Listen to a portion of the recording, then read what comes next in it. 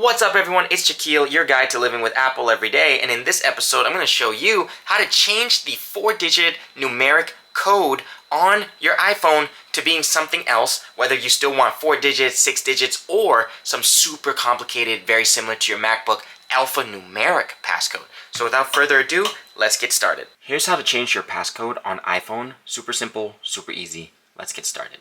In settings, you want to scroll down to where it says Face ID and Passcode.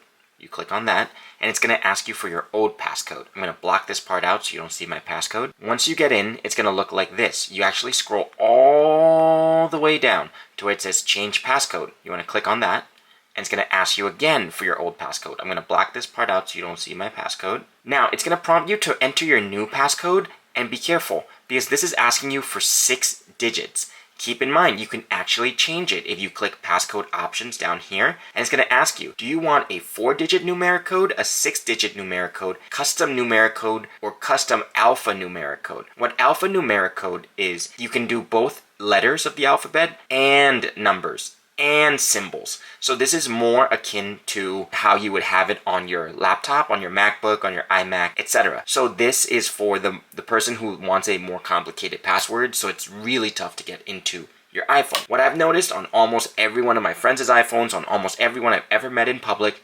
everyone has the simple 4-digit numeric code. So, but just to show you, I'm going to do a super fancy custom one. Let's just do like 000 000 exclamation point. Okay, next, verify your new 000, no, that's 000 and 000 exclamation point. Okay.